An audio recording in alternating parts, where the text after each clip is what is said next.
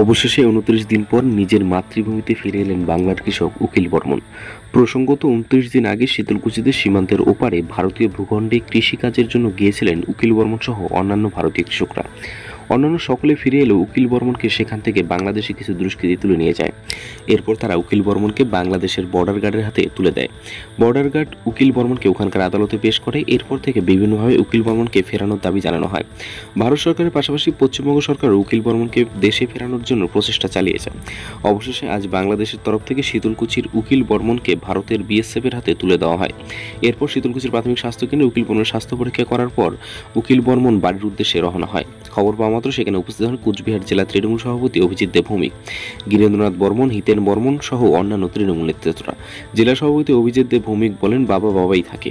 কূটনৈতিক চাপে বাংলাদেশ বাধ্য হয়েছে উকিল বর্মনকে আমাদের দেশে ফিরিয়ে দিতে।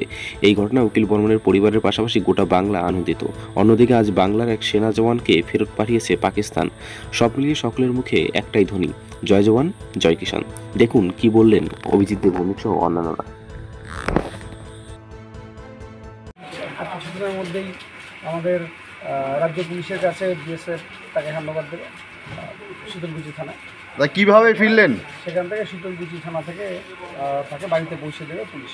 তো আমরা আছি, যারা জনপ্রতিনিধিরা নেতৃত্বরা আছে তারাও থাকে গ্রাম পঞ্চায়েত। দাদা কিভাবে ফিরলেন উকিল বর্মন?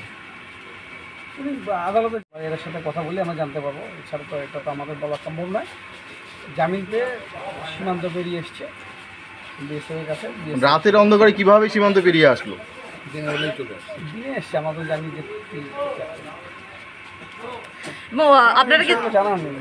আপনারা কি যাবেন ওনার বাড়ি পর্যন্ত যাবেন? হ্যাঁ, উনি এসছেন, আমরা খবর পেয়ে এলাম।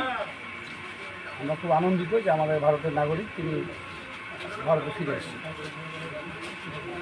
কৃতিত্ব কাকে দেবেন? এটা আমাদের দেশের সরকার এবং মাননীয় মুখ্যমন্ত্রীর তৎপরতায় এটা হয়েছে, এবং বিএসএফ, আমাদের রাজ্য পুলিশ সকলেই সহযোগিতা আছে পেছনে। মাননীয় মুখ্যমন্ত্রীরও এবং এখানে রাজ্য পুলিশের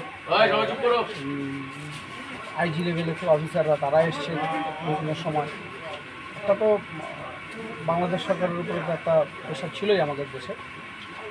এটা আজকে একদিকে যেমন জওয়ান ফিরে এসছে, একদমই সকালে পাকিস্তান বাধ্য হলো, এবার বাংলাদেশ ভারতবর্ষের উপর দিয়ে যেতে পারবে না, এটা ভালো করে বুঝেছে। কি রয়েছে, কি মনে হচ্ছে ভারতকে নতুন ভাবে চিনলেন তারা? এটাও তো জানাই ছিল, বাপ হতে হয়, বেটা হতে হয়। আজকে উকিল বর্মনের পরিবারের সঙ্গে কথা বলেছেন? কথা হবে, বাড়ি থেকে কথা হবে। আপনি কি বাইক বা স্কুটার কেনার কথা ভাবছেন? তাহলে এখনই চলে আসুন দিনহাটা ইয়ামাহা অটো সেন্টারে এবং নিজ হাতে পছন্দ করে নিয়ে যান আপনার স্বপ্নের বাইক বা স্কুটার। আমাদের এখানে রয়েছে বিভিন্ন মডেলের বাইক ও স্কুটারের বিশাল সমাহার। রয়েছে স্বল্প ডাউন পেমেন্ট, ন্যূনতম ডকুমেন্টস ও সহজ ইএমআই এর সুবিধা। এছাড়াও রয়েছে যে কোনো কোম্পানির পুরনো গাড়ি এক্সচেঞ্জের সুবিধা।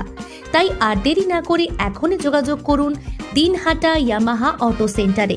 আমাদের ঠিকানা সাহেবগঞ্জ রোড, বয়েজ বিক্রিয়েশন ক্লাবের সামনে। যোগাযোগের নম্বর 8158042471 এবং 7602877619।